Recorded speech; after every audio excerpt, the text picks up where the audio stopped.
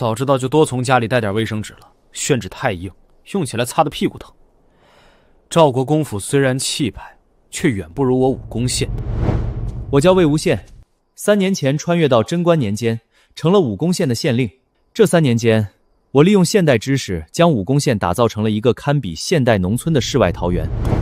今天是赵国公之子长孙冲跟公主成亲的日子，我得赶紧回宴席，看能不能打通长安这边的关系，把商品卖到长安来。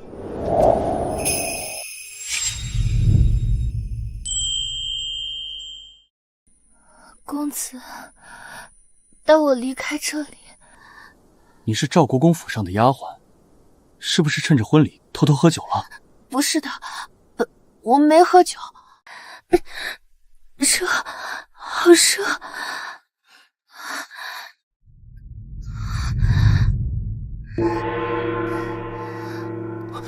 姑娘，请自重，你再这样我就要叫了。这哪里是喝醉酒，这分明是被人下药了。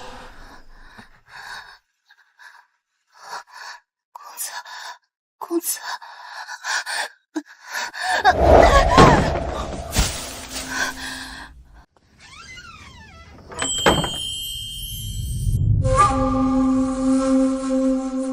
事情办妥没？事情一切顺利，只是公子，她可是公主。今晚过后，生米煮成熟饭，她又能如何？是他逼我的。若是他愿意乖乖同我洞房，我又何必这般行事？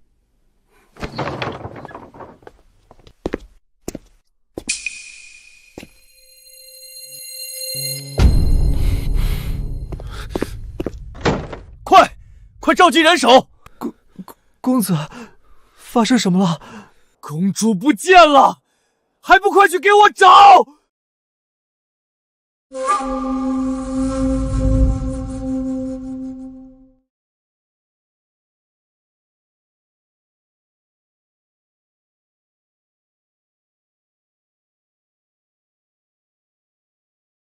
对不起，不是你的错，我是被人下药了。谁给你下的药？长孙冲。长孙冲，今天的新郎官不去跟长乐公主洞房，给一个丫鬟下药。快带我走，不然走不掉了。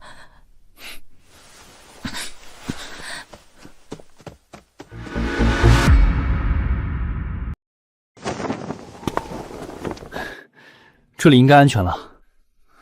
现在去哪儿？先去我的私宅躲一躲吧。对了，还没自我介绍，我叫魏无羡，武功县令。你呢？阿月。名字挺好听的。你给公主下药，她逃婚出走。我是想生米煮成熟饭。这可是死罪！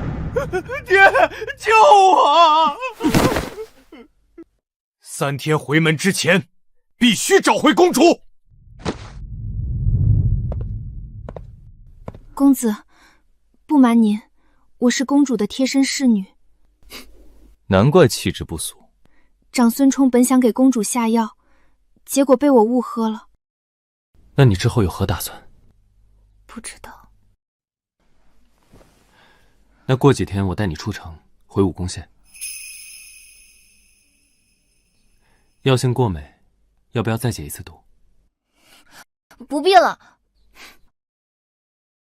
长乐为何出走失踪？如实招来。陛下，是冲儿，他在婚房里下了药，想对公主用强。畜生，敢欺辱朕的爱女！陛下开恩。长乐若有损伤，朕要你长孙家陪葬。是。传太医。陛下，找长乐。传朕旨意，命李军县全城戒严。过所。上下请看。走吧。等等。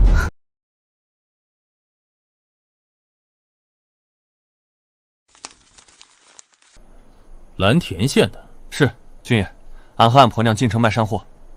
你是他妻子？回军爷，是的。走吧。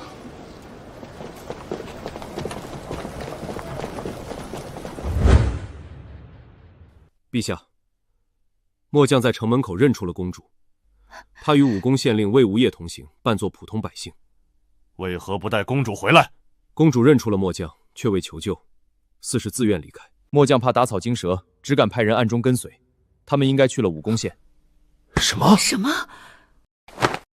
传旨，将魏无羡抓回长安。陛下且慢，长乐心甘情愿跟他走，此人定有不凡，贸然抓捕，恐伤了妇女情分。那依你之见，臣妾随陛下微服去武功县，亲眼看看。好，朕倒要会会他。阿月到了。这路比长安的还好。老爷夫人，再过1个时辰就到武功县了。魏无羡，朕倒要看看他是何方神圣。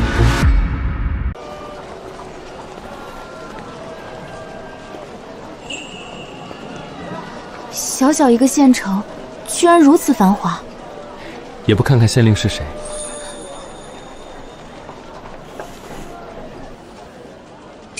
这是什么？水泥，我自己烧的，结实不长草。长安城的石板路也没有这般平整。走吧，带你回县衙。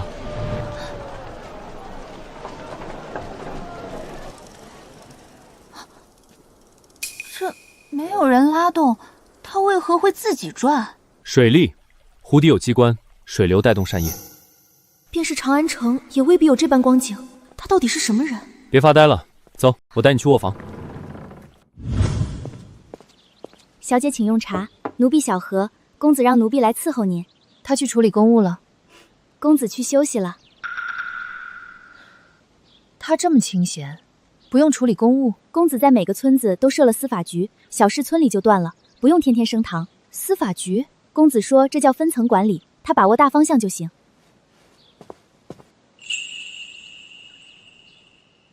老爷夫人，武功县到了，直接马车进城吗？不，下车入城。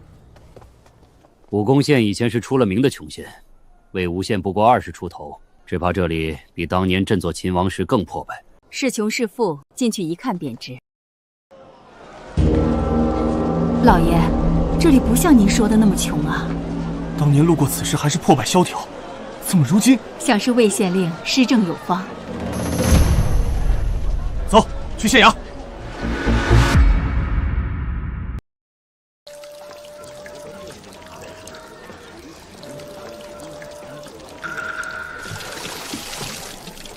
这位大嫂，这井怎的无需吊桶，一压便出水？几位是外地人吧？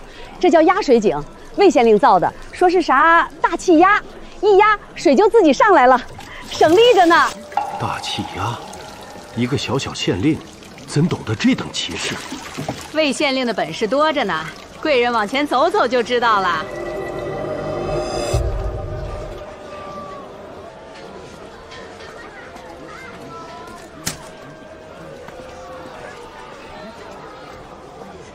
雪花大糖，武功县特产。那糖竟如此洁白，比宫中见过的糖霜还要好。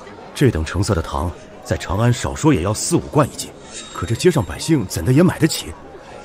这位大嫂，叨扰了，这糖怎么卖？100元一斤。100完？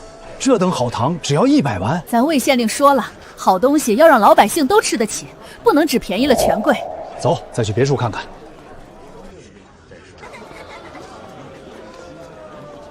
怪了，这街上怎的连一个乞丐都看不到？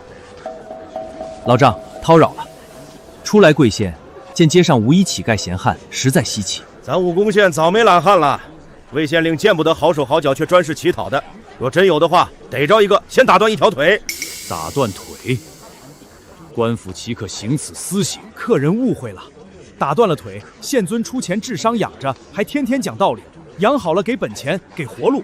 就拿堂坊做工的刘三儿说，以前专干坑蒙拐骗的事儿，自打被打了一顿，治好后痛改前非，娶妻生子。刘三说，那一顿打把他从烂泥坑打进了福窝，恩威并施。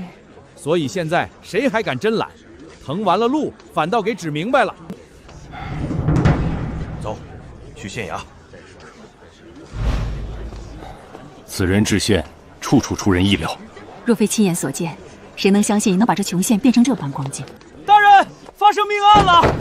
发生命案了！命案？赶巧了，去看看这个魏县令如何断案。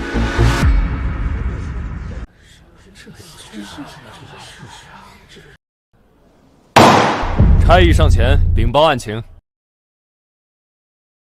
大人，金城西醉仙军酒坊掌柜杜钱被发现倒闭在自家酒窖中，后脑遭重击而亡。现场发现一坛碎裂的30年陈酿琥珀光，碎片上有血迹。酒铺里都有何人？3个伙计：王二、李三、张五。案发时只有他们3人在酒府内。传3名伙计上堂。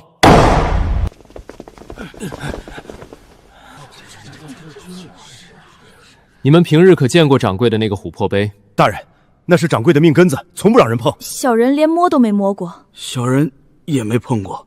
好，传政务上堂。为何戴手套？呈上来。他也要戴手套，不知何意。取笔墨纸砚来，让3人画押，每人按个手印。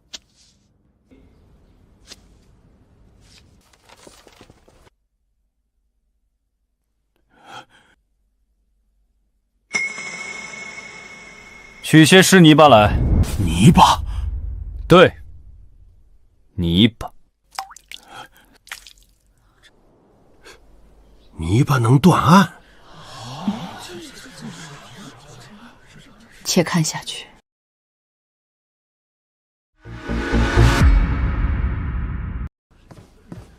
你们每人用这泥巴捏一个手印，按你们平时握酒坛的习惯捏。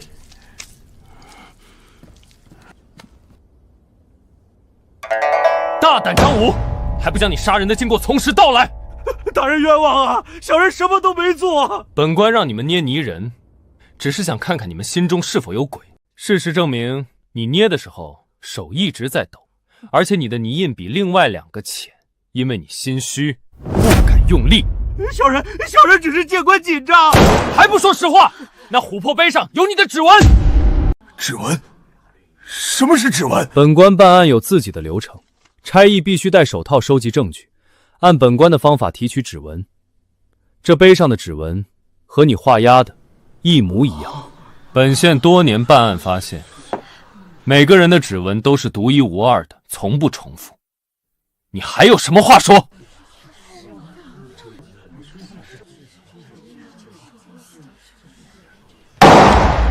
琥珀杯壁上的指纹和你画押时留下的指纹一模一样。小人只是想偷那坛酒卖钱，掌柜发现，争夺中失手砸死了他。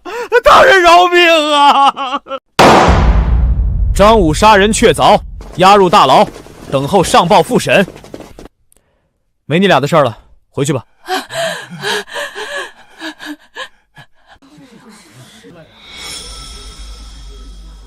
指纹，此子竟能以此断案。魏郎，你怎么知道每个人的指纹都不一样？观察多了就知道了。手指上的纹路就像树的年轮，没有2片叶子是相同的。二郎，还在看指纹？朕活了这么多年，竟不知每个人手指上的纹路都不一样。此子是如何发现的？说明他心思细腻，能见常人所不能见。看来此人绝非普通的毛头小子。那你想怎样？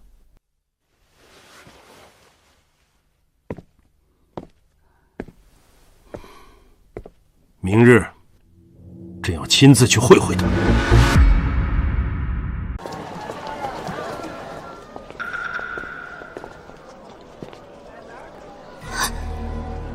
怎么办？父皇母后肯定是来抓我回去的，还有可能会连累魏无羡。阿月这么紧张，难道这几个人是赵国公府的人？走，我们快走。怕什么？有我在。不能让父皇母后说出我的身份。阿月见过叔父、婶婶。堂哥，你也来了。好，阿月，让婶婶看看。阿月，你怎会在此？家里寻你寻得好苦。阿月，他们真是你叔父、婶婶和表哥？在下魏无羡，本县县令。阿月在此一切安好，二位不必挂心。县令，如此年轻，我姓李明龙，这是剑内孙青鸾，儿子李军。魏县令，阿月多承照顾了。既是阿月长辈，便是魏某贵客。三位远道而来，不如有晚辈做东，到县衙一叙。如此，有劳了。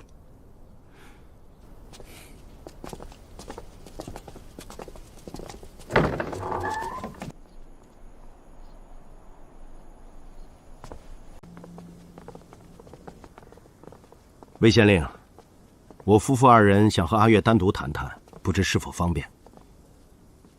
方便，前面就是厢房，你们慢慢聊。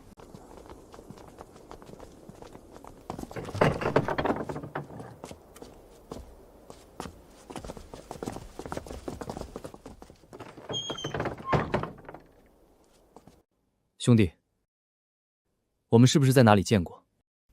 没有，在下从未见过魏县令。哦，幸好易容了，否则就被他认出来了。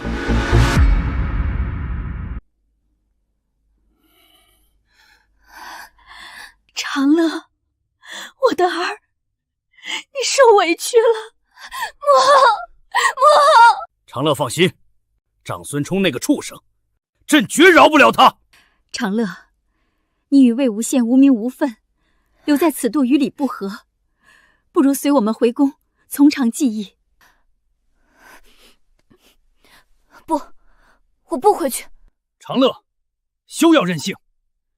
你是我大唐嫡长公主，滞留外男府邸，成何体统？父皇，儿臣若回去，是不是还要嫁去长孙家？长乐，你与冲儿毕竟拜过堂。夫妻，哪家的郎君会给新婚妻子下药？他何曾将我当妻子？不过是一件巩固权势的物件罢了。唐律允许和离，我为何不能？胡闹！皇家颜面何在？长乐，你舅舅是国之重臣，此事处理不当，朝局动荡。父皇、母后，你们不必再劝了。儿臣与魏无羡已经有了夫妻之实。好个魏无羡，朕要将他千刀万剐！父皇若杀他，便将儿臣一并赐死；他若不在，我亦不够活。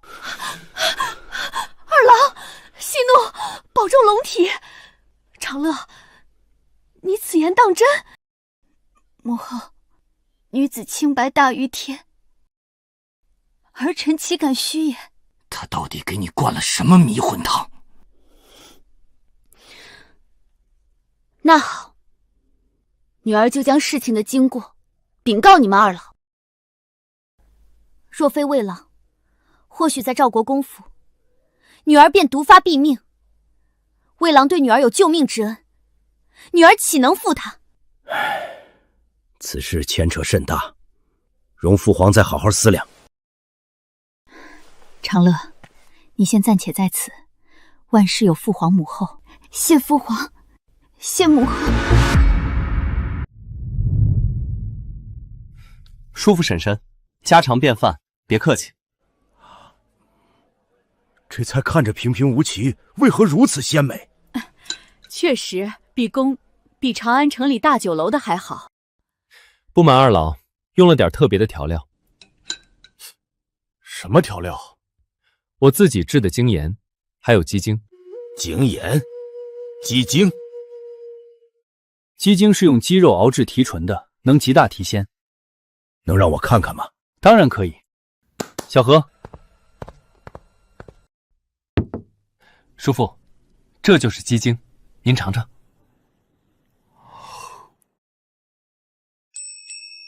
确实鲜。叔父，您再看看这个。这盐纯净无杂，比大唐的官盐还要好。这是你自己制的？是的，自家产的，自给自足。那你这日子过得比皇帝还滋润。皇帝还真就未必比我过得滋润。而且叔父，这精盐鸡精真不算什么，这只是小道。这只是小道，那什么才是大道？叔父进城时应该看到了，水泥路百姓赶集省力，压水井打水不用去河边，雪花糖100文1斤，老百姓吃得起，补身子。魏县令，你的东西这么好，为何不向长安进贡？岂不比你窝在这小县城强？进贡，加官进爵。哼，孟子云：“民为贵，社稷次之，君为轻。”我做这些东西是为了造福百姓，不是为了讨皇帝的欢心。你竟敢说这样大逆不道的话！坐下。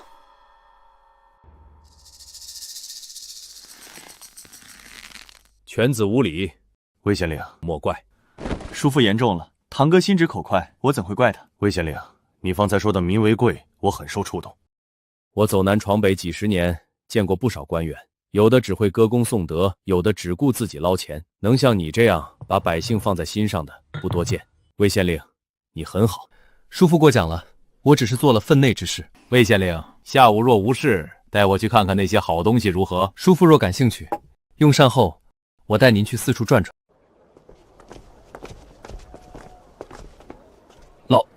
老爹，我跟您一起去。没事儿，你留在县衙保护你母亲和妹妹才是正事。是，老爹。叔父，这边请。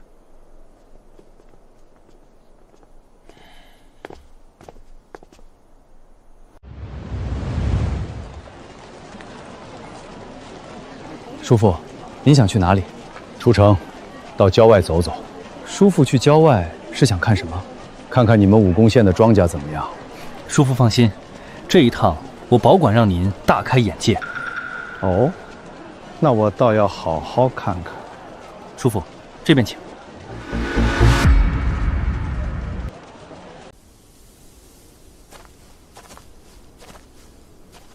今年关中干旱，地里本该一片枯黄，你这武功县的庄稼怎么像喝了水一样？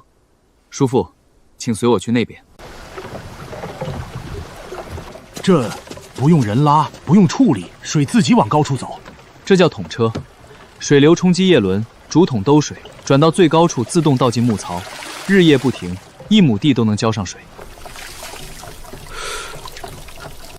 天旱地不旱，你连这个都能造出来？叔父，人不能让天卡脖子，天不下雨，咱就从河里舀水。你这地里的水都是从水车来的？不全是，县里还修了蓄水池和沟渠，雨天存水，旱天放水。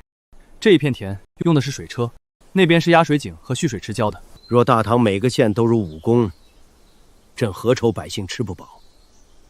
叔父，您说什么？没什么。魏县令，你让我开眼界了。叔，其实这些东西不复杂，关键在于愿不愿意为百姓操心。你就不怕有人眼红，告你私造器械，图谋不轨？怕什么？我又没造兵器，我造的是水，谁还能告我饮水浇田也是罪？叔父，前面还有更好玩的，我带您去看看。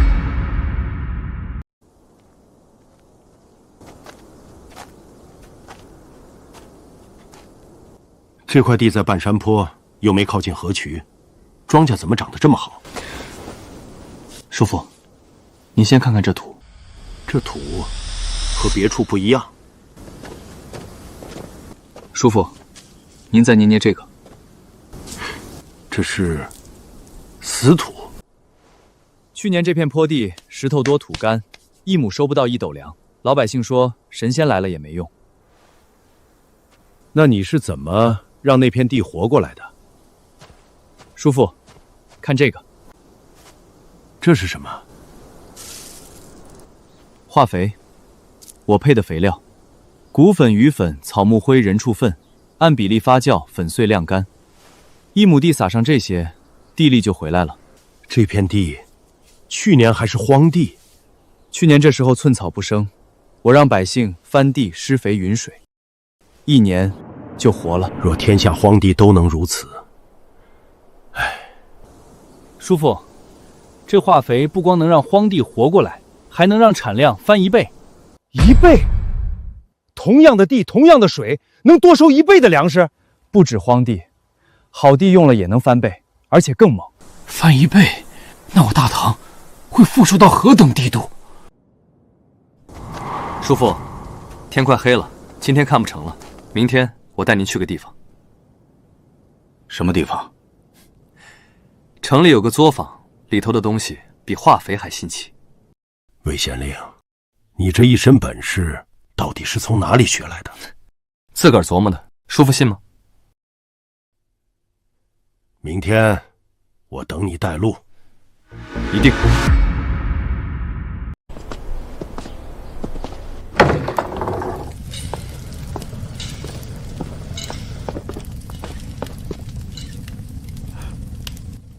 这是琉璃？不对，琉璃没有这般透明。叔父，这叫玻璃，比琉璃透亮，还便宜。你会烧制这个？叔父，请看，水是清的，壶是透的，连杯中茶叶都能看得一清二楚，这比玉杯还好。大人，这块刚出炉，还热着。叔父，您再看这个，这不是杯子，是玻璃板。这能看出？对，透明玻璃板，装在窗上，透光挡风；装在马车上，能挡雨又看得见外面。若军中瞭望台装上此物，叔父说什么？没什么。你这玻璃产量如何？还在试验，温度不稳。小杯子10炉能盛3、4炉，这么大明板，1炉出1块就谢天谢地。那你为何不先做杯子、珠子，好卖钱？叔父，那是富人玩的，我要做老百姓用的玻璃窗、灯罩，让家家都用得起。你总是先想百姓。观音谢，这2日真是大开眼界了。二郎，此子大才，若能收为己用。他不愿去长安，朕试探过他，他说这里自在。二郎，若是成全了他和长乐，但条件是要长乐回长安，魏无觅会怎么选？好，就这么办。明日朕好好试探他，此人若肯为朕所用，朕绝不亏待他。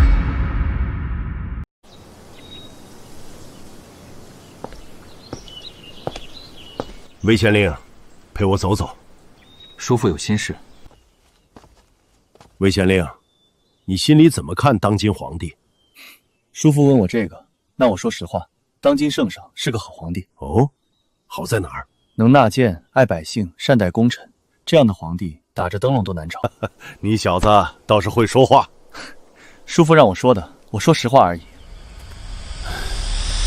天下世家盘踞，连皇室都要看他们脸色，你对此怎么看？世家就是毒瘤，必须严厉打击，连根拔起。这些你也想过？想多了，世家再牛也牛不过大事。百姓吃饱了，谁跟世家走？好一个百姓吃饱了，谁跟世家走？魏县令，你深藏不露啊！叔父过奖。回来了，和魏无业聊得如何？此人的确大有才干，若能为我所用，很好。那你问了他吗？愿不愿意为了长乐去长安？刚才谈得太欢，忘了问了。就知道你们男人扯上国家大事就忘了女儿的事儿。等会儿请他过来问吧。好。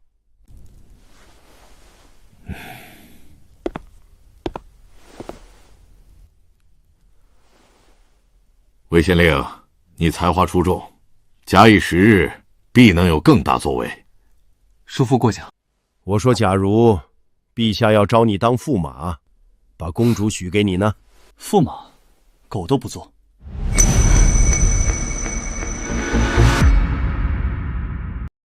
魏县令，你说驸马狗都不做，这话从何说起？第一，驸马表面风光，实则憋屈，需要看公主的脸色行事，养人鼻息，这等日子，狗都不干。他若知道我是公主，会不会不要我？第二，我已经决定要娶阿月，岂能做负心人，另娶他人？魏郎，你真好，倒是个有担当的。二郎，看来咱们是白操心了。吃饭吃饭，菜凉了。想不到小魏这孩子对长乐如此深情。他这般贬低驸马，对长乐却一心一意，真是该生气还是该高兴呢？那二郎，你准备怎么办？先看看再说。这武功县，只怕还有更多意想不到的事。魏大哥，好久不见。到了。快了，再过1个时辰就能到武功县了。魏大哥会不会想不到咱们会来？就是要让他想不到。跟大哥认识的事情，好像还是昨天。大哥，雪花糖我崔家包了。你们出钱，我出技术。魏大哥，你什么时候才能明白我的心意？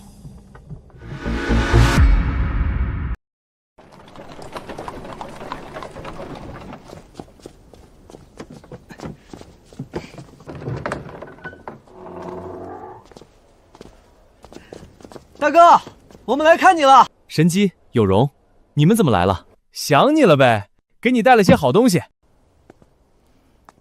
魏大哥，好久不见。有容也来了，快进去坐。这位姑娘是？我未婚妻，阿月。阿月姑娘好，崔小姐好。大哥，上次你说的那种新茶，我给你带了几斤。算你识货。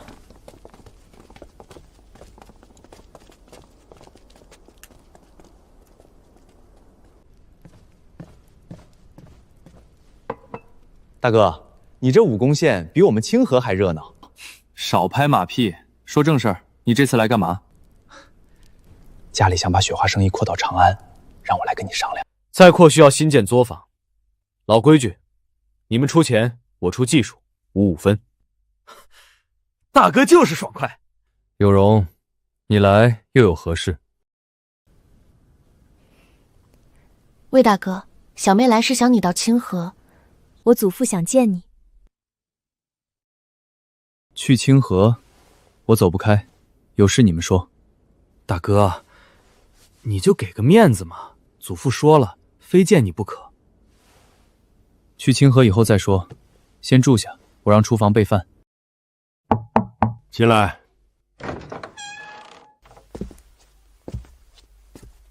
阿月，怎么了？父皇、母后，崔家兄妹来了，他们跟魏郎似乎认识。哦，哪个崔家？柏林崔氏的崔神机和清河崔氏的崔有容。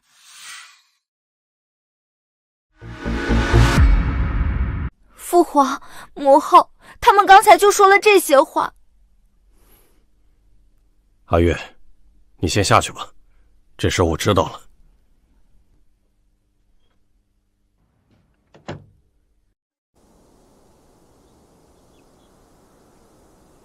魏大哥，你瘦了，是不是太操劳了？还好，武功县事多，没办法。要是太累，去清河住几天，清静，好好歇歇。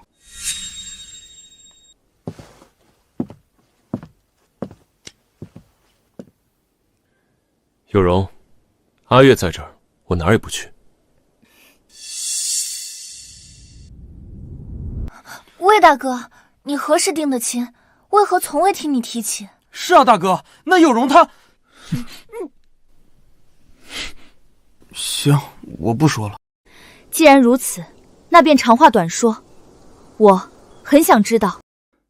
前些日子去长安，机缘巧合下遇到阿月，有了肌肤之亲，我决意娶她。魏大哥，婚姻要父母之命，媒妁之言。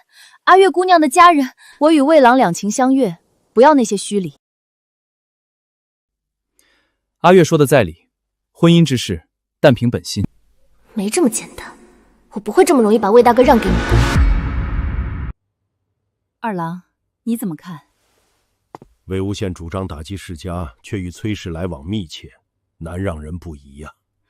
听阿月的口气，那崔小姐对魏无羡怕是不止生意上的关系。朕担心的是，他若真与崔家联手，那他提的打击世家又算什么？二郎，魏无羡对阿月的真心，咱们亲眼所见。他和崔家也许只是生意往来，并未依附。所以，朕不能急着下结论，得再看看崔家兄妹的来意。二郎这样想，臣妾就放心了。此人对百姓确实好，但若与世家勾结，朕不能容忍。他若真想攀附世家，何必窝在武功县？明日，朕亲自去会会。魏县令，你和崔家很熟？生意上的合作，雪花糖、精盐都靠崔家的渠道往外卖，他们对你似乎很亲近。崔神基那人没什么架子，处久了就像兄弟。至于崔有容，他对我好，我知道，但我已经有阿月了。你说世家是毒瘤，必须打击，为何又与崔家合作？叔父，打击世家不是灭门，是打破垄断。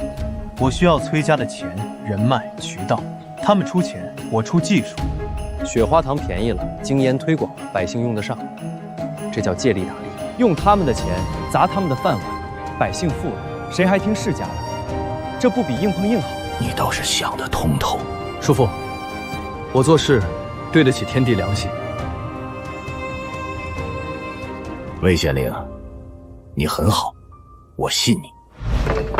二郎回来了，今日谈得如何？观音婢，此子不简单。朕问他为何与崔家来往，你猜他怎么说？怎么说？打击世家不是灭门，是打破垄断，百姓富了，谁还听世家的？此人果然通透。朕竟无言以对，他说的在理。二郎这是欣赏他了？欣赏，算是吧。朕的女儿得找个配得上的，她要有本事，朕不介意给她个机会。那你打算怎么办？朕要给她个考验，能通过便认这个女婿，不能也怨不得朕。那二郎想好了，莫要为难孩子。放心，朕不故意刁难，只是想看看他的能力。母后和你父皇过2日就要回长安了，你打算怎么办？魏郎在这里，我哪儿也不去。好，那你就暂时住下吧。母后，女儿不孝。只要你过得好，母后就放心了。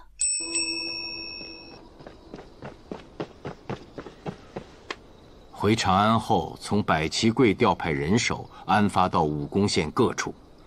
朕要知道这里发生的一切。臣明白。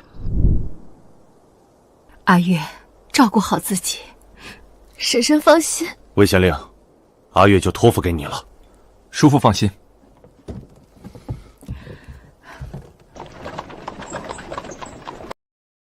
父皇母后为何不治罪魏无羡？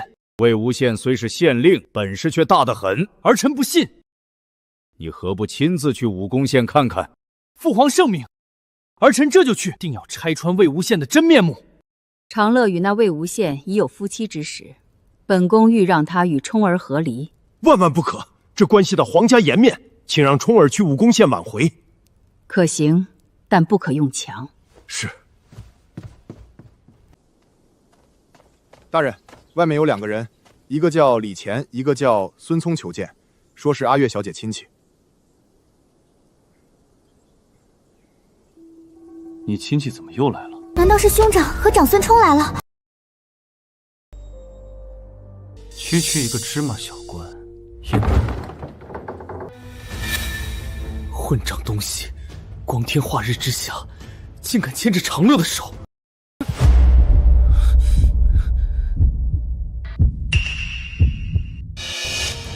哎呀，二位是在下李乾，家父李龙，这位是孙聪，我表兄。那李军大哥就是？正是我大哥。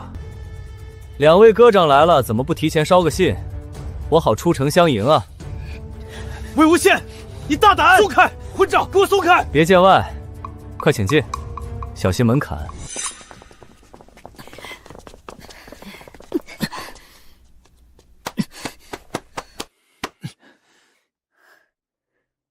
阿妹，收拾东西，跟我回去。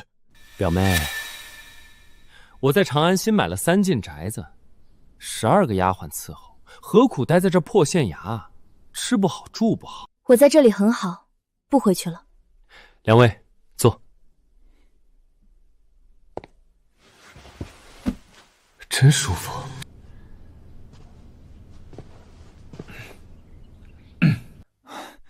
这鬼天气，热得像蒸笼，渴得喉咙冒烟。是啊，非得冰镇之物解渴。魏大人这里不会连冰块都没有吧？二位稍安勿躁，病因马上就来。冰镇酸梅饮，两位公子慢用。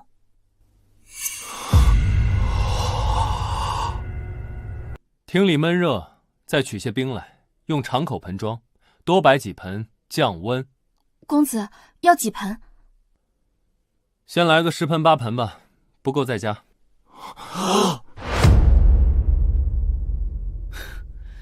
魏大人好大手笔，冰块价比黄金，你一个县令哪来这么多钱？该不会是搜刮民脂民膏吧？表兄，你可有真凭实据？按大唐律，诬告反坐。表妹，我这是为你好。为我好，查清事实再说话，才是为我好。阿妹莫激动，这冰块用度连世家都有节制。魏县令如此豪阔，难免引人猜疑。阿兄，这其中有无私弊？叔父和婶婶在这里住过，不是最清楚吗？阿月，两位兄长有些疑惑也不奇怪。其实这些冰没什么，是我自制的，花不了几个钱。二位若感兴趣，我可以带你们去冰窖看看。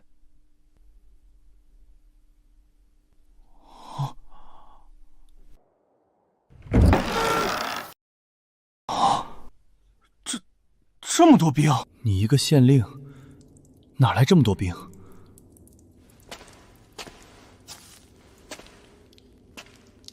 硝石，山里就能挖到，把它放进水里，水就会结冰。1斤硝石能制出上百斤冰，成本不过几文钱。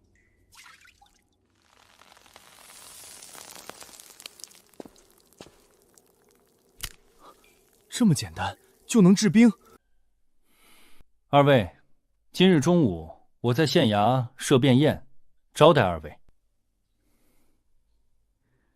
我武功县的饭菜绝不比长安差，不管他端出什么山珍海味，一概说难吃，绝不能让他在长乐面前得意。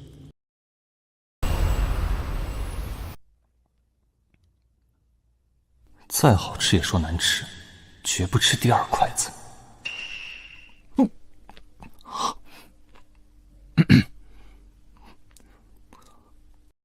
外皮酥脆，内里鲜嫩。好吃。孙兄，尝尝这清蒸鲅鱼，今早刚从渭水捞的。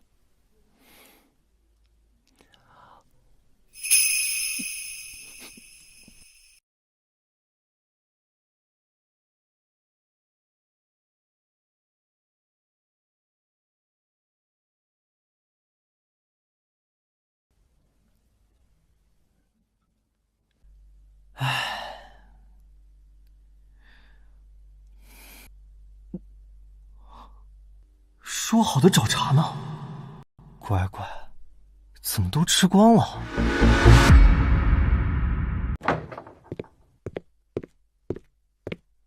殿下，属下在县中查访，武功县富庶有序。魏无羡确有本事，若长乐跟了他，殿下，我和长乐是拜过天地的夫妻，魏无羡与世家勾连，其心可诛。那如何让长乐对他死心？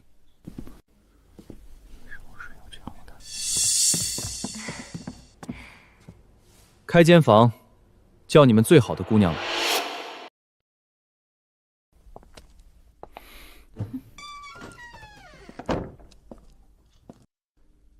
帮我做一件事，事成之后，这是你的。公子请说。魏兄，长夜漫漫，武功县可有能让人放松的好去处？有啊，东街皮影戏，西市放河灯。我是说那种有姑娘能喝酒听曲的地方。原来李兄好这一口，早说嘛，包在我身上。那阿月那边，我跟他说带你们出去逛夜景，等着。走吧。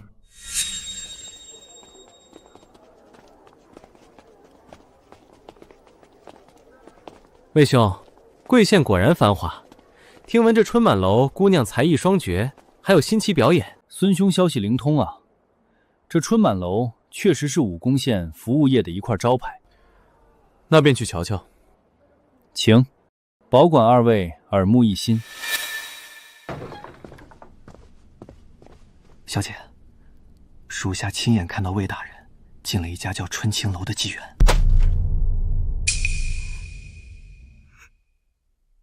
你看清楚了？看得真切，魏大人和李公子、孙公子一同进去的。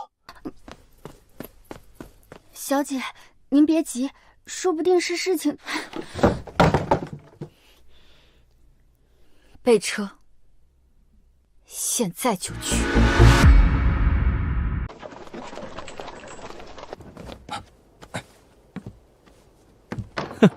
表兄，你带魏郎来这里做什么？表妹，魏县令已经和花魁春桃进房间了。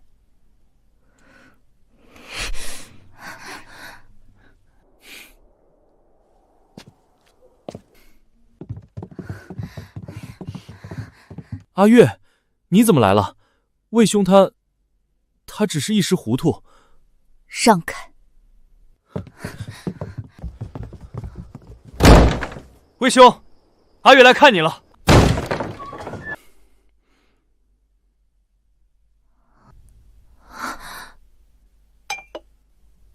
阿月，来得正好。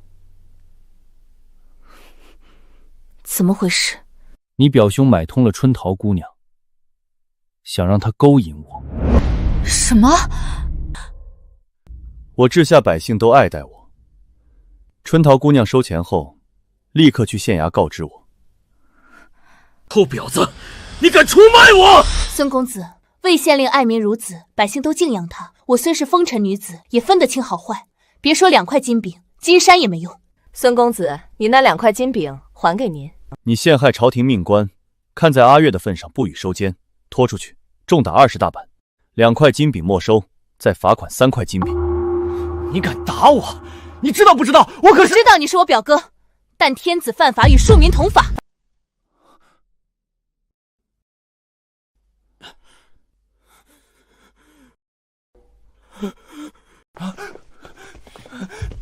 你们放开我！放开我！春桃举报有功，赏2块金饼。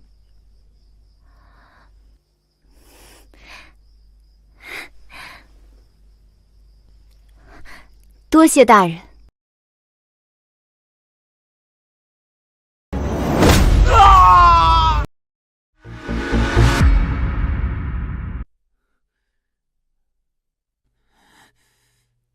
吴邪，我要杀了他！20大板，5块金饼，妙计真妙。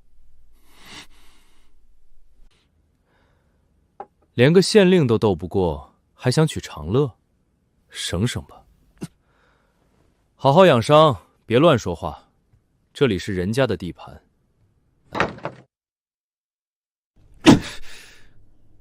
魏无羡，你等着！大哥，陷害魏郎的事你知情吗？你真的觉得长孙冲比魏郎好？以前是，但今晚一个青楼女子都肯为他说话，我不这么想了。魏郎是奇才，明日我带让他带哥哥逛武功县，你就明白了。好。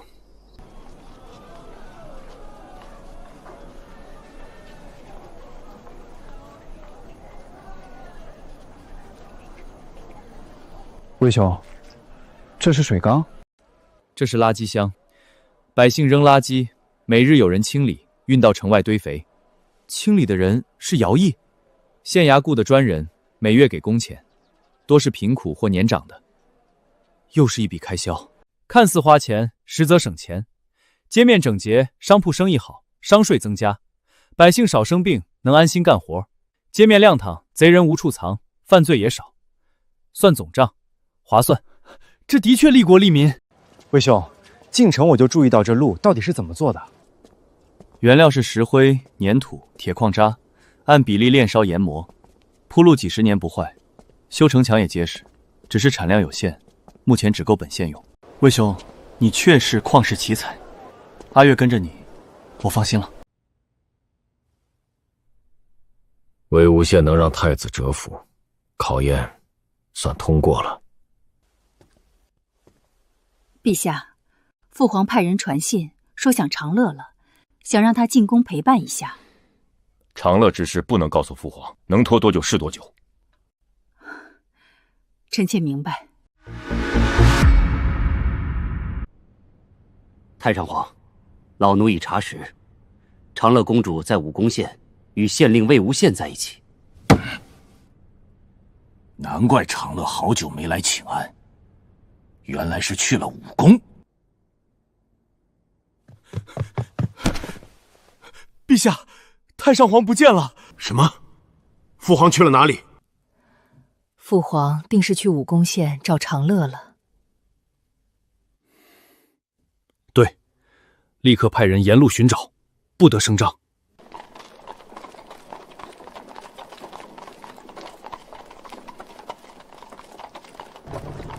老爷，武功县到了，直接去县衙。直接去。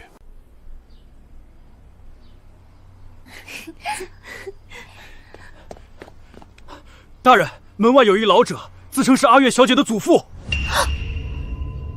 太上皇来了，天助我也！阿月的祖父，那不就是我的祖父？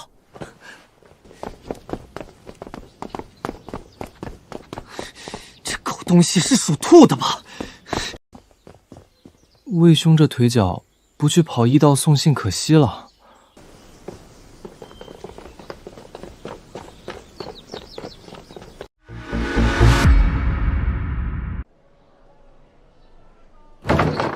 您就是阿月的祖父，祖父好，我叫魏无羡，是阿月的未来夫君。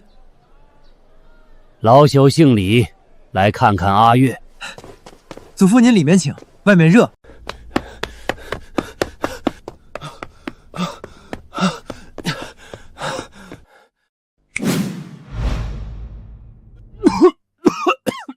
年纪轻轻，走几步路就咳成这样，丢人现眼。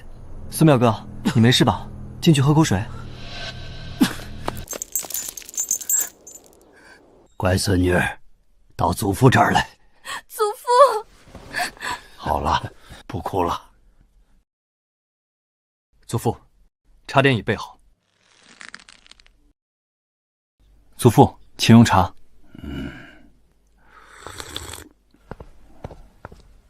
又让姓魏的抢先一步。祖父，您来武功县，阿爹阿娘知道吗？怎么？我去哪儿还得那逆子同意？你也想当逆孙？祖父息怒，孙儿绝无此意。用不着你假惺惺担心。趁机帮太子一把，打打元朝。祖父说的对，儿子孝顺老子天经地义，把老子关起来不让出门，就是不孝。这个魏无羡，陛下都敢骂，找死！魏无羡，你大……孙兄觉得我说错了？难道你也觉得把老子关起来是对的？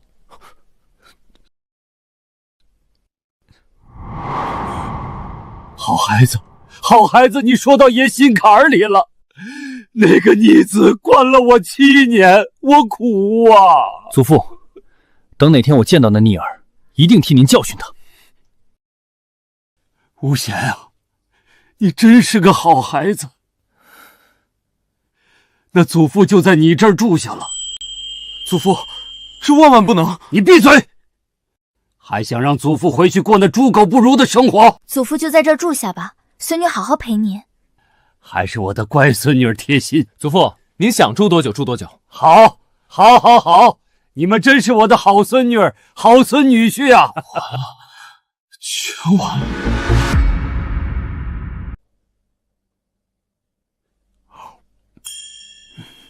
祖父，尝尝这个。祖爷，您慢点吃，没人跟您抢。这菜比长安那些饭桶厨子强100倍，不10000倍。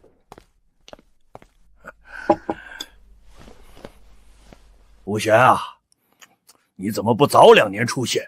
老夫前几年吃的那些简直是猪食。祖父喜欢，我天天让人给您做。乖孙女婿，你这烤的什么东西？香的老夫都馋了。祖父，您尝尝，这叫羊肉串，武功县特色，外头吃不着。再来10串。祖父，您慢点吃，没人跟您抢。这日子啊，给个皇帝都不换。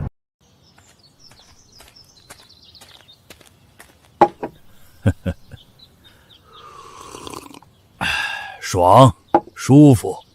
以前在长安，夏天热得睡不着，现在好了，有风扇吹着，有冰镇绿豆汤喝着，还有乖孙女喂葡萄。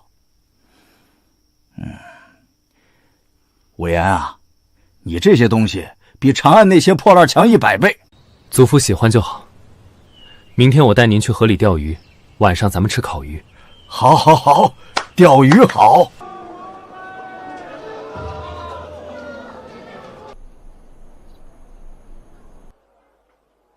这是什么？祖父，这是观光车，您坐上去，我推您逛县城，不累腿。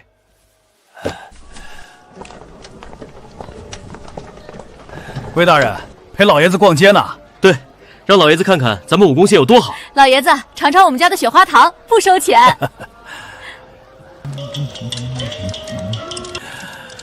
这才是人过的日子啊！以前那些年白活了。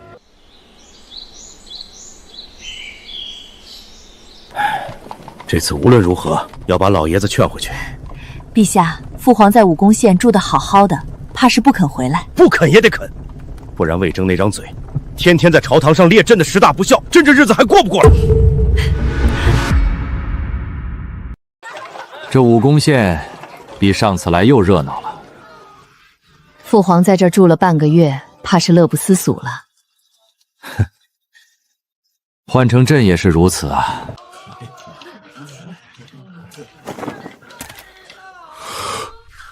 父皇，气色好多了，比在大安宫时年轻了10岁。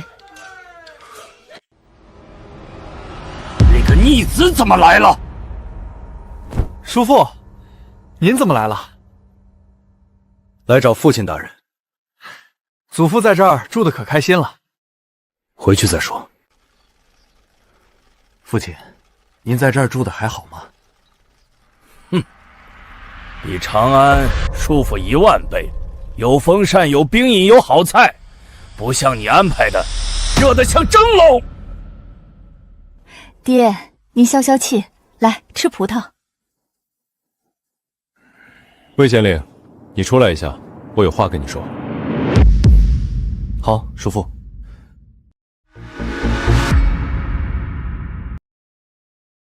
我爹称呼我为逆子，你怎么看？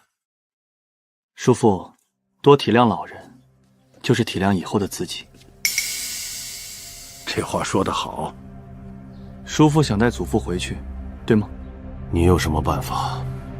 解铃还须系铃人，我只能安排今晚我们一起吃顿饭。朕有多久没和父皇一起吃饭了？爹，这是您最喜欢吃的羊肉。你们想不想听我讲一个故事？好啊，爷爷，阿月最喜欢听故事了。从前有一个大财主，攒下了巨大家业，他有3个儿子，互相争斗，最终2儿子杀死了大儿子和3儿子，得到了全部家产。祖父，下面呢？当然是2儿子执掌家业了。那他父亲呢？当然是被儿子关起来了。关在哪里？管饭吗？住的房子如何？饭肯定管，住的还行，不算太差。这样，那这儿子还算是有孝心啊。乖孙女婿，你说说，那个大儿子和小儿子落得如此下场，是谁之过？祖父，您说的这个故事，不就是我大唐的玄武门之变吗？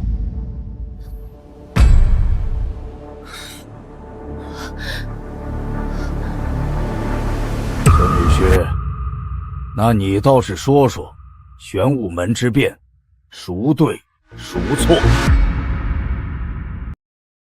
哎呀，爷爷，吃饭呢，说什么国家大事？可是爷爷想听。回答建成元一错，得罪皇祖父；回答毕皇错，得罪毕皇，更是死路一条。魏无羡，这次你死定了！玄武门之变，无人有错，都是对的。这是什么话？怎能无人有错？当玄武门之变后，大唐强盛，百姓得享太平，怎能有错？虽然天下太平，可是作为父亲，皇帝陛下失去了2个儿子。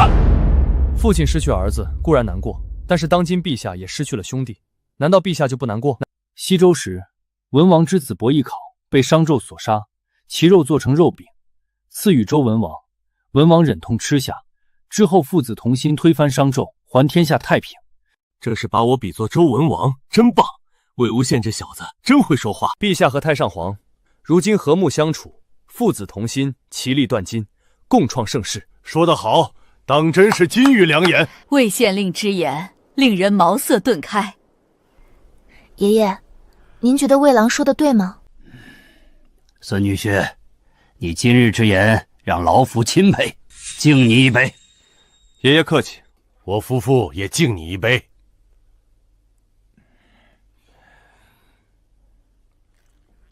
不对啊，不是必死局吗？怎么让这小子给说活了？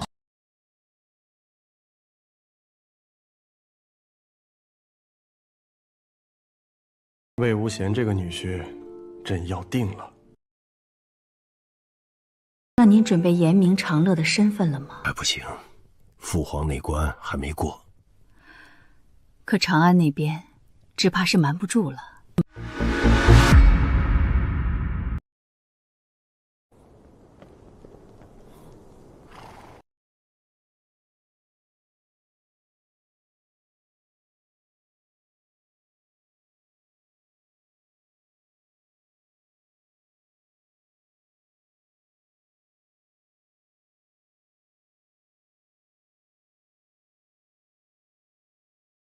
3日内，朕没有带太上皇归来，你们就前往武功县迎驾。我们即刻往武功县迎回太上皇。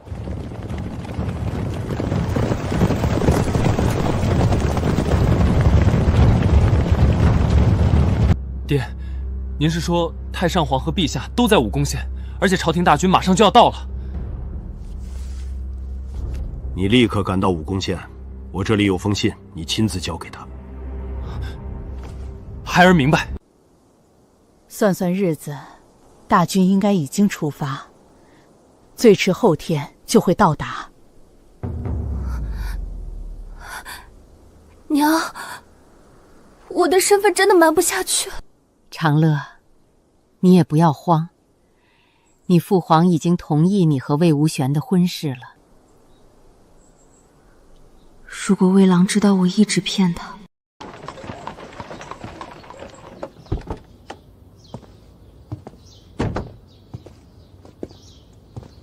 崔兄，有容，才没走几天，怎么又回来了？大哥，出事了，我们进去密探吧。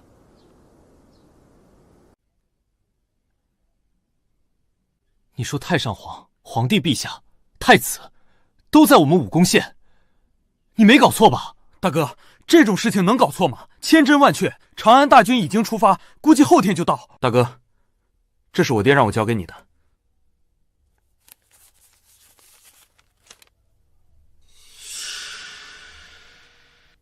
你自己看看。令尊要我娶有容做正妻，才肯为我向陛下求情。老大，你怎么给我派了这么个要命的活？大哥，有容爱慕你这么长时间，有容是个好姑娘，但是婚姻大事不是儿戏，更不能交易。一切听大哥安排。阿月和有容，选哪个？小孩子才做选择，大人全都要。如果阿月真是公主，那么我就得罪了长孙家，不能坐以待毙。来计，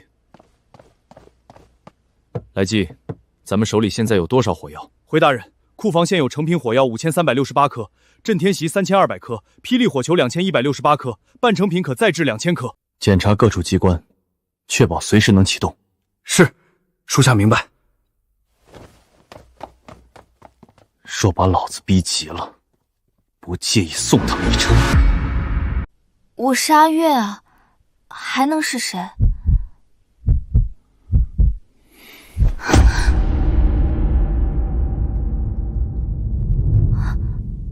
难道他真的知道我的身份了？下流！阿月，其实我什么都知道了。他真的知道我的身份了？你是因父亲在家族斗争失败，才被卖入长孙家为奴的吧？是啊，魏郎，别怪我，一直没跟你说清楚。阿月，我怎么会怪你？我爱你。魏郎，我也爱你。幸好，魏郎想歪了，没识破我的身份。可以肯定，阿月就是公主。朕已经让李郡县出城传信，军队驻扎城外，他们4人微服进城。父皇还有长乐的事情，不宜大肆声张，暂且先不能公开身份。长孙无忌也来了，看他怎么摆平他吧。魏大哥，我能进来吗？当然。魏大哥，朝廷大军已到了30里外，明日就可能入城。我知道。大哥，太上皇真的在武功县，还是他们是来对付你的？这谁知道？大哥，你娶了我吧。你都知道了，之后和离也行，左右先过了这关啊。你魏大哥我绝不用婚姻做交易。可是你放心，我不会坐以待毙。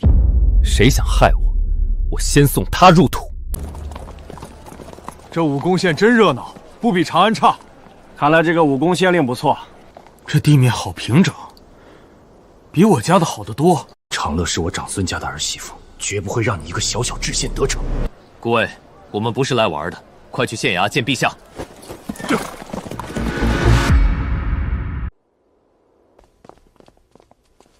参见李老爷夫人。参见李老爷夫人。参见李老爷夫人。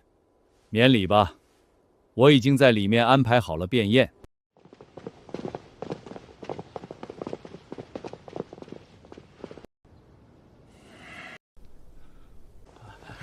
谢谢了。长孙无忌来了，其他几人只怕也是大唐重臣。见过叔父婶婶。见过叔父婶婶。见过舅舅。见过几位叔叔伯伯。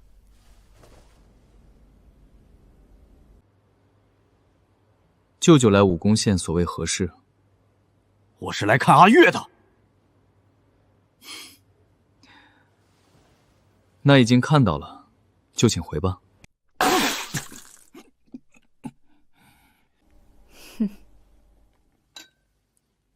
老夫会走，但是要带上我儿子以及儿媳妇，也就是您身边的这位阿月姑娘。那舅舅表哥赶紧回去吧，我和阿月亲自送你们出城。魏县令，你听清楚了，阿月和我家冲儿已经拜堂成婚，还请魏县公自重。这件事情终于还是要说破了。没错，我跟阿月已经拜堂了，只是还没有圆房。你若是识相，赶紧送还阿月，否则怎样？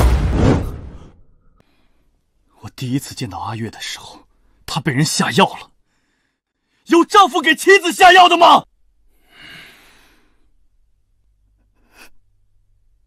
丈夫给妻子下药，闻所未闻。如果是我儿子，我早送他去大理寺了。这桩婚事乃是长辈所定，不是你一言便能否定。那也得看阿月同不同意。婚姻大事，父母之命，媒妁之言。既然如此，今日就由我来定这婚事。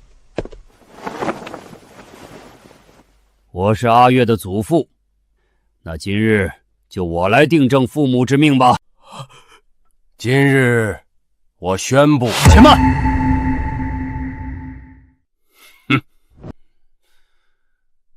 小魏，你可知阿月的真实身份？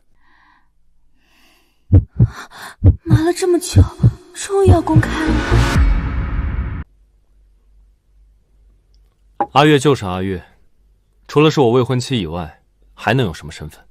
好小子，回答得当。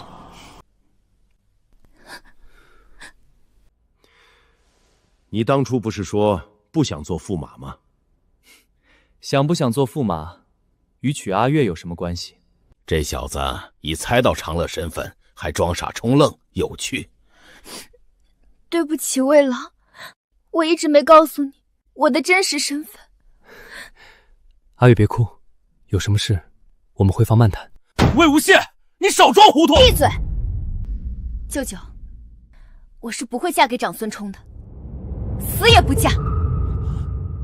魏郎，我不是阿月，我是长乐公主李丽芝。我是长乐公主李丽芝。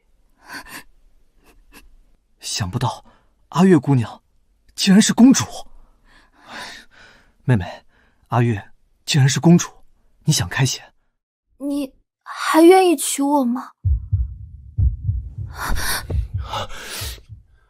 我愿意。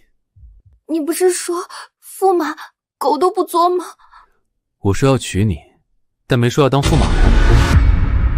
魏无羡，你既要娶长乐，为何不当驸马？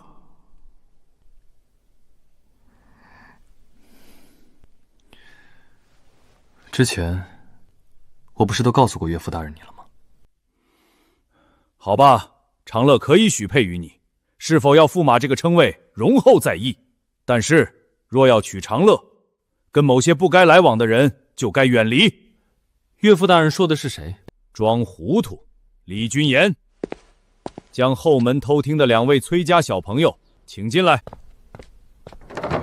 2位请进。贤婿，如今你已是我李家的人，这位崔小姐你还是少接触为好。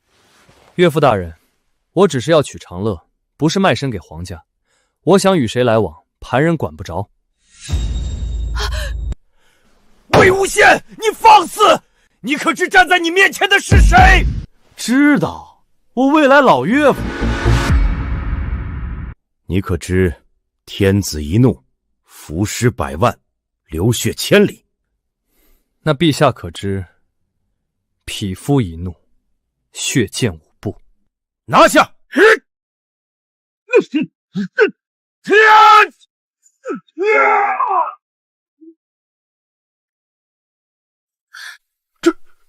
这小子还会功夫！李君凡就这么飞出去了？小魏，别冲动，跟陛下好好说。岳母，没什么好说的。弟兄们，现身！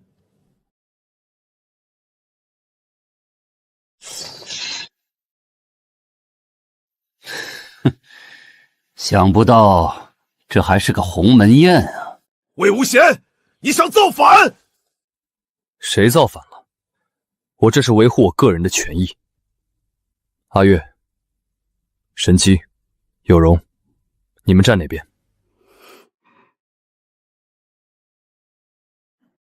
逆子，你也有今天！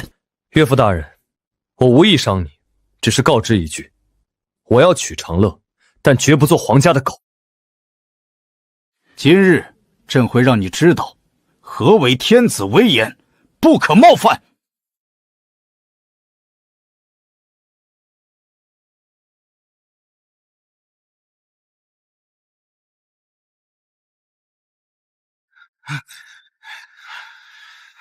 陛下号角，擂鼓巨将，准备进城。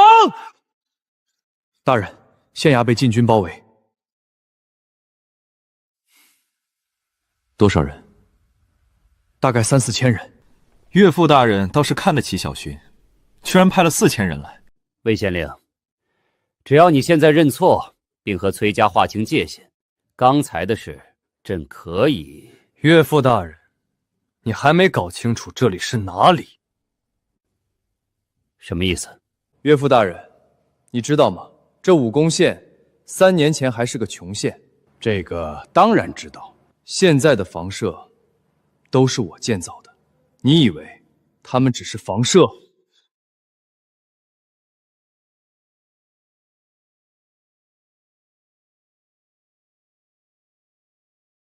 怎么回事？这墙怎么开了？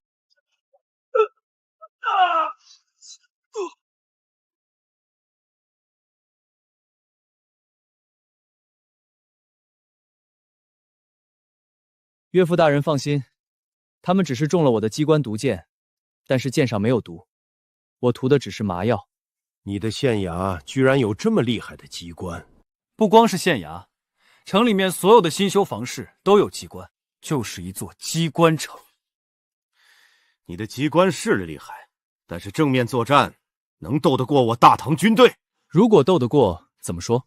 长乐许配给你，你不当驸马也行。你想和谁交往，朕绝不干涉。岳父大人，此言当真？君无戏言。如果你输了呢？任由岳父大人处置，绝无二话。哼，一言为定，明日城外决战。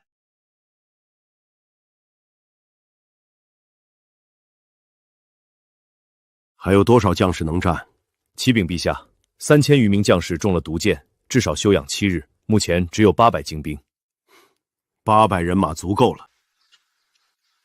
大哥，唐军虽然受损，但至少还有几百人可战。您有多少人呢？大概有50、60人吧。50、60人打几百精兵？大哥，你确定？当然确定。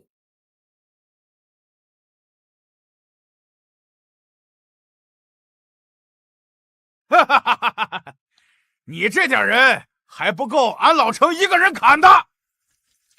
少年人没上过战场，不知道什么叫千军万马，不自量力。大哥，对面人多势众，不如算了。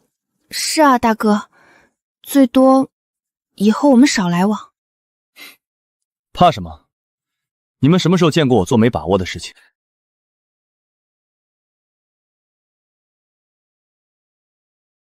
魏无羡，现在后悔还来得及。朕不想你手下送命。岳父大人，你不会怕打不过我吧？既然你不识抬举，那就不要怪朕了。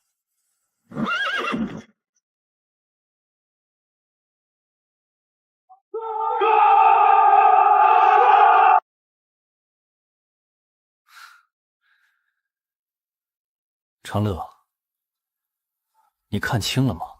这个魏无末不自量力，以卵击石。闭嘴！再多说一句，信不信本公主当场阉了你？魏郎，打不赢就算了，千万别伤到自己。魏县令，你们先攻过来吧，有什么招数尽管用。多谢李军哥。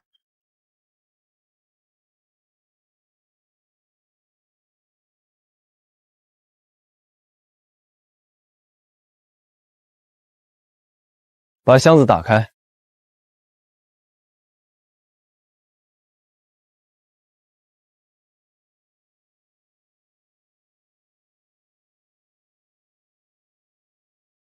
呵呵呵，我还以为是什么呢，原来是酒坛子呀！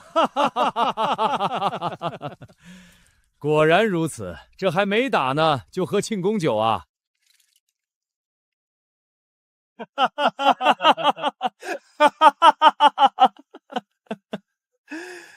这姓魏的失心疯了吧？我看他是想把我军灌醉吧。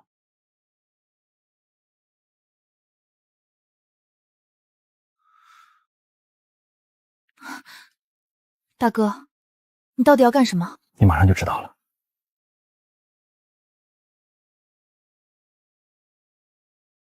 点火，投弹。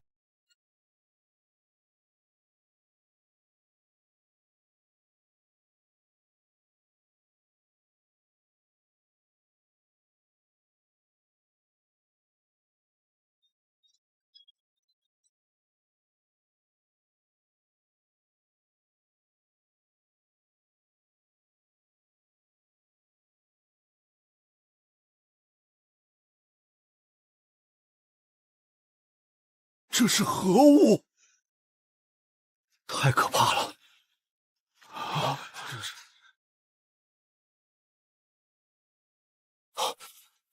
不可能，他怎能有如此可怕的武器？如此武器，若我大唐军队装备，可所向无敌。岳父大人，现在还觉得是笑话吗？哈哈哈哈哈哈！好，好，好，不愧是朕的好贤婿，不愧是李二，变脸速度都能拿奥斯卡小金记了。那小婿就多谢老丈人成全了。贤婿，这东西你手上还有多少？崔家可有？没有。贤婿，你的条件朕都可以答应，但是作为回报，你应该也要给点什么吧？岳父大人，想要我给彩礼？是的。那岳父大人想要什么？贤婿，朕要的是你好好听话。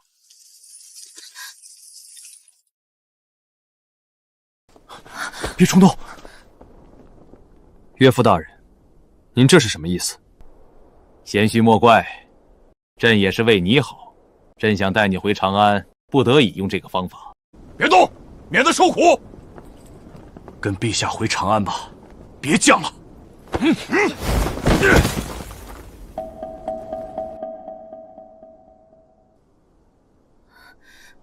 母后，父皇要做什么呀？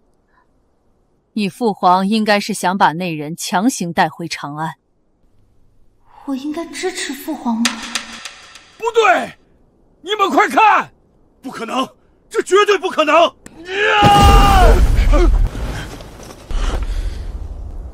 岳父大人，您的手段只有这些吗？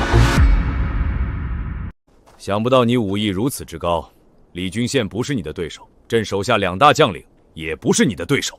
岳父大人，不是说君无戏言吗？为何还要食言？你这身才学在县城太浪费了，朕是为你好。魏郎，你没事吧？没事，阿月。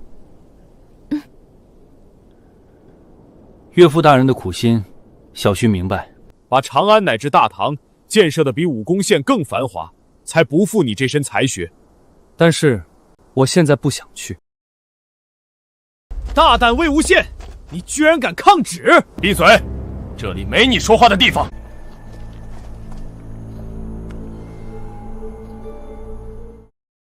魏县令，这玉佩是你的吗？没错，这是我的玉佩，应该是刚刚被按倒的时候掉了。魏大人，你要干什么？儿啊，爹终于找到你了。什么？我是你儿子？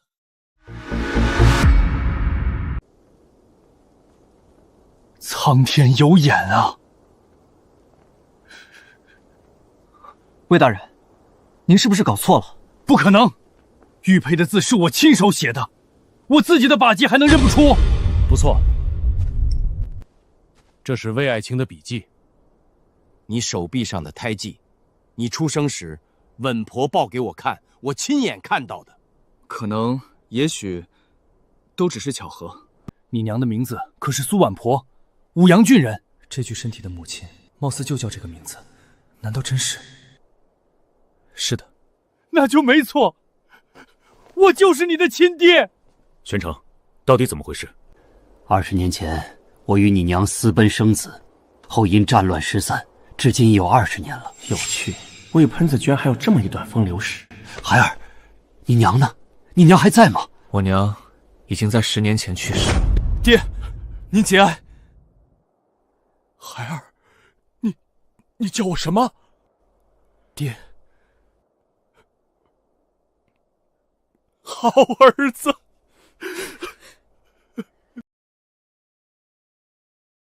卫青，你有此麒麟儿，实在是可喜可贺，羡煞旁人啊！多谢陛下。李儿会这么好说话，恐怕马上就变脸。魏无羡和崔家小姐似有私情，你可承认？有容对我有情，我承认。那你可有想娶她之意？有，长乐和崔家贵女不可兼得，2个只能选一个，你选吧。陛下，世家难道不是陛下的子民吗？满朝文武娶世家女子者多不胜数，如之时不就娶了崔姓之女？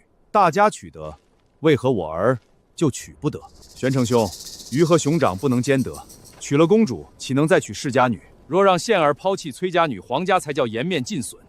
实笔如铁，帝强令驸马弃旧爱，陛下愿背此名。若是你家冲儿，你肯让他毁约？陛下以仁孝治天下，强拆人姻缘，与隋炀帝何异？你，臣句句肺腑。大唐第一喷口，果然名不虚传，有这个老爹也是赚了。魏无言，你既有长乐，还勾搭世家女子，让陛下和令松争论，不忠不孝。若是长乐表态不接受崔有心，看魏无言这小子怎么办。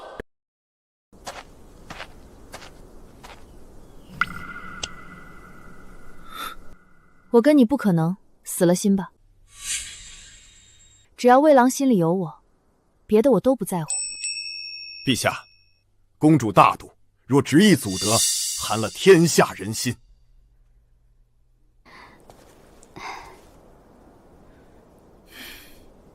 贤婿，事已至此，随你。朕的女儿绝不能做妾。陛下这是以退为进，清河曹氏能让女儿做妾？清河涂氏，隋炀帝求婚都不允，岂会嫁县令做妾？岳父放心，长乐必为正妻。崔家那边，我来处理。崔家何等高傲，岂能让女儿做妾？那祝你马到成功，得享其人之福了。多谢岳父大人。这天气可真好，今日一家团聚，美满美满。无忌，太上皇出来有些日子了，你看这……陛下让我劝太上皇回去，话一出口，不劝不行。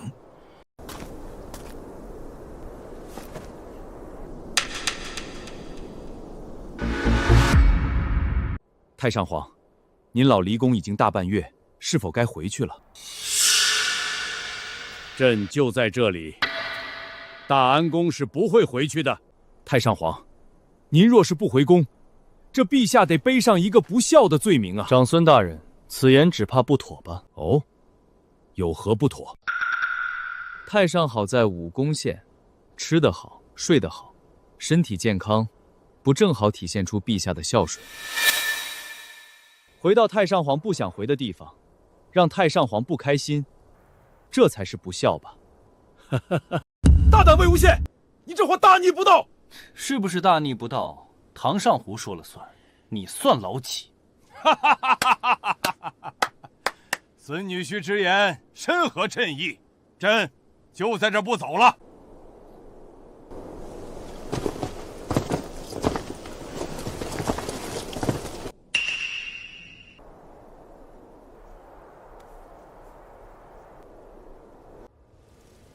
儿臣请父皇回宫。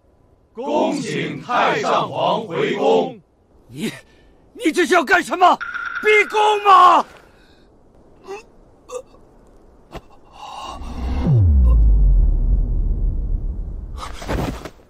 太上皇，你怎么了？祖父，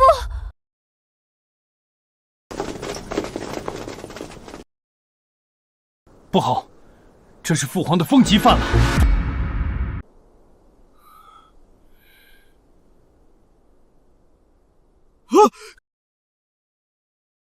不能动，不回城，出事了谁负责？现在随便一动太上皇，他真的会死。魏无羡，你觉得该怎么办？所有人退开！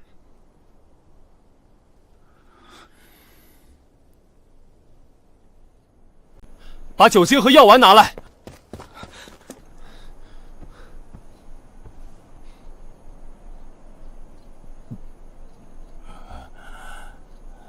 好了，先带老爷子回城，他需要静养。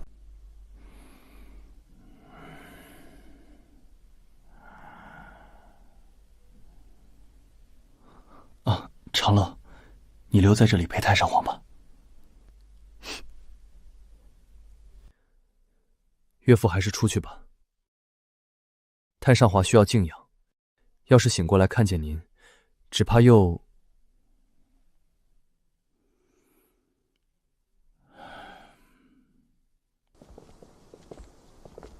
岳父不必担心，太上皇服了我的药，静养一段时间就会好。魏无羡，你说父皇为何不肯回去？这个我可回答不了，我不是太上皇啊。你觉得朕可是不孝子？说实话。说。岳父，您真的是不孝子。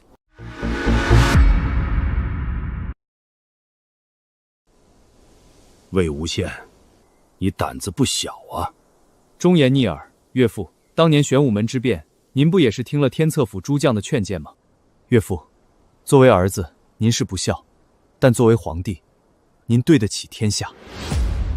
您舍小孝顾大义，创建了贞观盛世，太上皇心里清楚，他虽恨，却也认了。可是，父皇终究不肯原谅朕。岳父，您和太上皇之间隔着的不是仇恨，是伤疤。越逼太上皇回去，他越抗拒。不如分开一下，有了距离，伤疤更容易愈合。距离？对，距离。岳父先回长安，偶尔过来看看太上皇，慢慢太上皇就懂了。您首先是儿子，其次才是皇帝。你说的对，是朕太急了。岳父是关心则乱。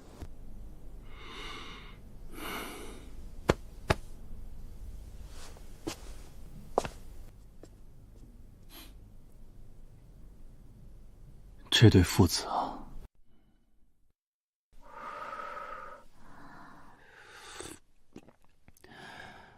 还是长乐孝顺，不像那个逆子。先说清楚，我可是不会回去的。父皇，儿臣不逼您了，您想住多久都行，朕明日就回长安，不逼您老人家了。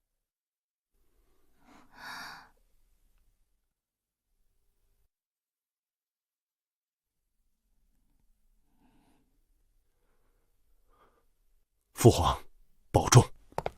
等等。哼！你以为光磕3个头就够？那父皇还要儿臣怎样？要是朕让你退位，还政于父呢？算了，知道你不愿意，那出钱给我修一座行宫，这总行吧？行宫啊，这个……那泰安宫，反正朕不回去了。冬冷夏热，你存心要折腾死朕是吧？父皇，现在国库空虚，这也不行，那也不行，你还是走吧。太上皇，陛下，若您不嫌弃的话，这行宫的钱我来出。真的？孙女婿，你可不能说话不算数。魏无羡，这修行宫可不是小数目。太上皇，在渭水河畔给您修一座行宫，比这里环境更好。尽快带长乐回长安，您看怎样？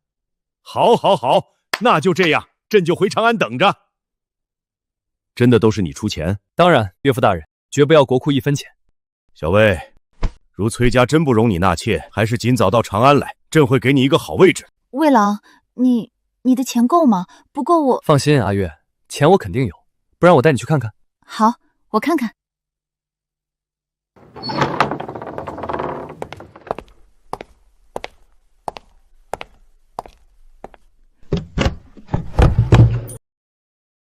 这么多钱，魏郎，贪污毕竟不是光彩的事情，民脂民膏拿不得呀。瞧你说的，你爷们儿是干贪污这种事情的人吗？不贪污，哪来这么多钱？都是我做生意赚来的。做生意？什么生意能赚这么多钱？算少的啦，还有几个库房里堆着上百口箱子呢。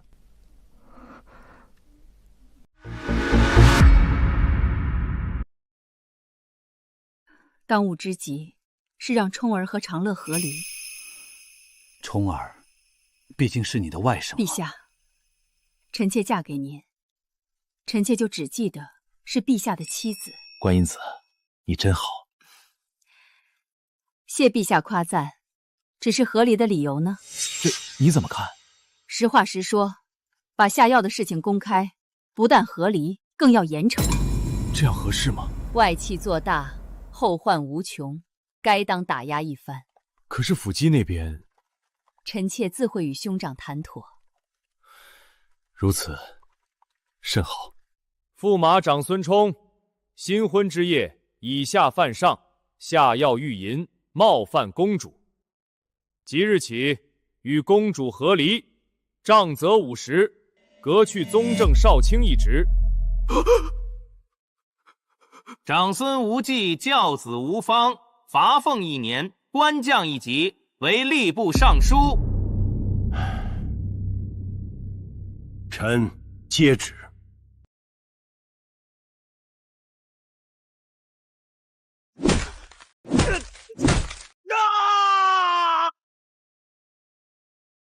奴才参见公主。免礼，是不是圣旨到了？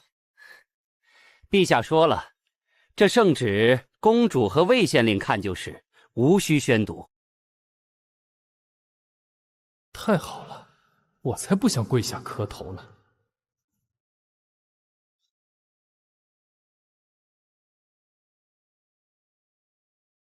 长孙冲和离，他还被打了板子，革了职，活该。哈哈哈，阿月，现在你是我名正言顺的老婆了。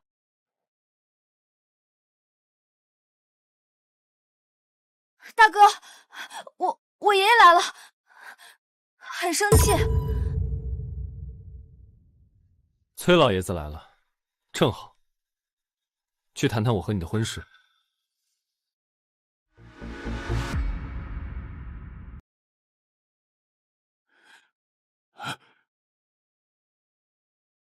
崔老爷子，好久不见了，您老一向身体康健。魏县令客气了，总算还没给人气死。谁敢气老爷子您？告诉我，我立刻找人揍他。哼！魏县令，老夫知道你善口舌之辩，就打开天窗说亮话。老夫今日前来是要带有容回去，已经给他安排好一桩婚事，乃是范阳驴氏。爷爷，除了魏大哥，我谁也不嫁。老爷子，太不巧了，有容已经准备嫁我，所以就只能委屈那位卢公子另寻佳人了。好小子，得陇望蜀，娶了公主当了驸马还不够，还想让我家孙女当妾？我清河崔氏几百年来从未有女子当妾。那从现在开始就有了。妄想！老夫绝不会同意的。不同意就不同意呗，我娶的是有容，又不是老爷子您。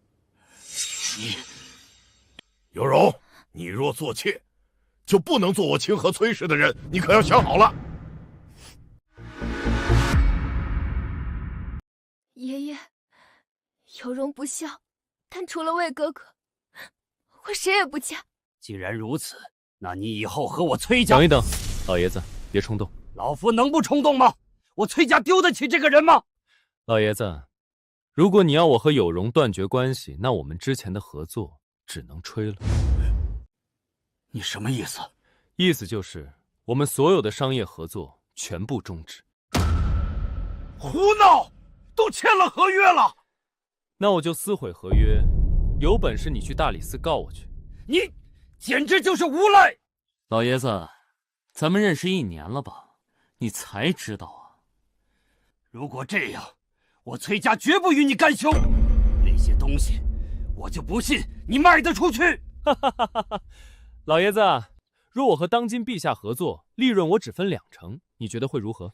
我们都5分，凭什么李家你只要2成？要是老爷子能同意，我不介意改成3成，还是比李家多1成。那就算了。好，就3成，行了吧？多谢祖父成全，我会好好对有容的。我成全？我糟了，受这小子套了。祖父，新的契约签了，有容归我，2成利归您。老夫活了大半辈子，第一次遇到你这种人。还请祖父回去以后，将此事以书信告知各大士族和圣上。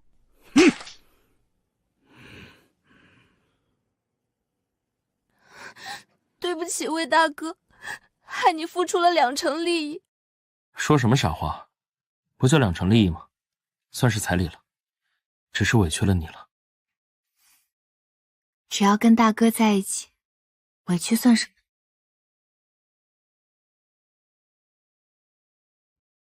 么？到底还是得来了2成利。那小子为了有容，竟然让了如此大礼，果然是年轻人，过不了美人关。大人，细作来报，崔老爷子在马车上，极开心。世家尊严不过如此，他打什么主意，我还看不出来。大人，为了崔小姐舍弃2成利，是否……等我和有容事儿成了，合约还有效吗？怎么吃进去，怎么吐出来。大人英明。陛下，怎么了？清河崔氏将崔有容嫁给魏无羡做妾。怎么可能？崔氏怎会让女儿做妾？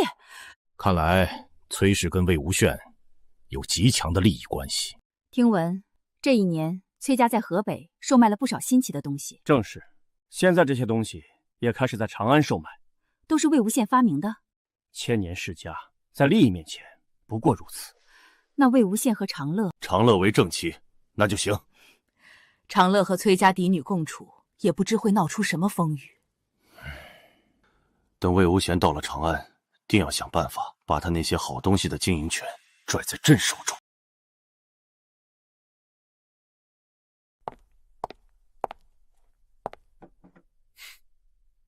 魏郎看什么？崔氏的信昭告世家，将有允许配给我做妾。真的？崔氏答应了？当然。就为了那2成利？不止，他更怕我将经营权交给岳父。这些东西有那么重要吗？崔家可是千年世家，利益面前，别说1000年、10000年也没用。为了钱就卖了女儿，小人！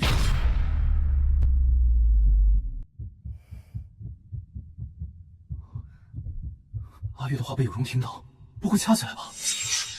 他们2个不会打起来吧？妹妹，不介意和姐姐去逛街吧？当然不介意。女人真是让人捉摸不透。小何，都收拾好了吗？大人，都收拾好了。大人，我们真要去长安吗？大人，听说长安规矩森严，奴婢害怕。放心，有我在，没人敢欺负你。公子，只要能陪在你身边，哪里小何都不怕。大人，长安密报。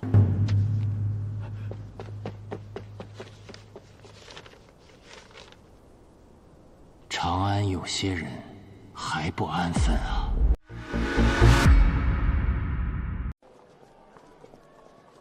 妹妹，让你做妾，你不愿吗？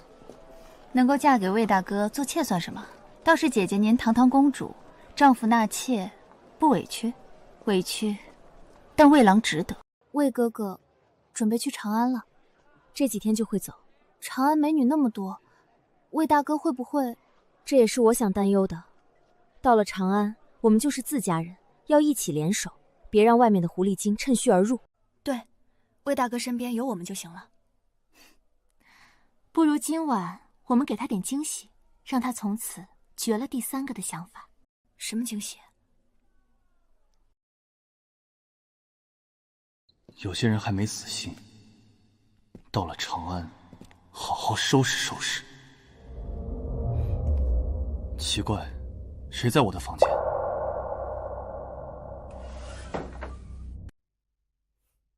妾身参见夫君。二位，你们这是？妾身想要和夫君谈谈家风的问题。是，防止夫君你到了长安拈花惹草。家规第1条，以后未时之前必须回家。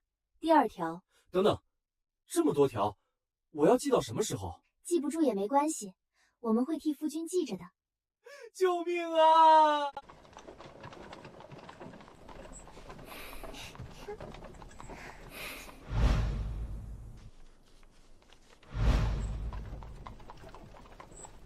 长孙家最好安分守己，否则送你们父子入土。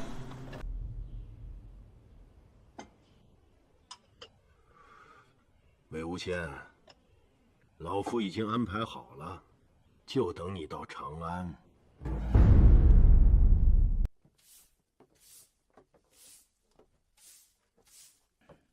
快点，快点！大少爷很快到长安，必须打扫干净。等那个私生子来了，我一定要他好看。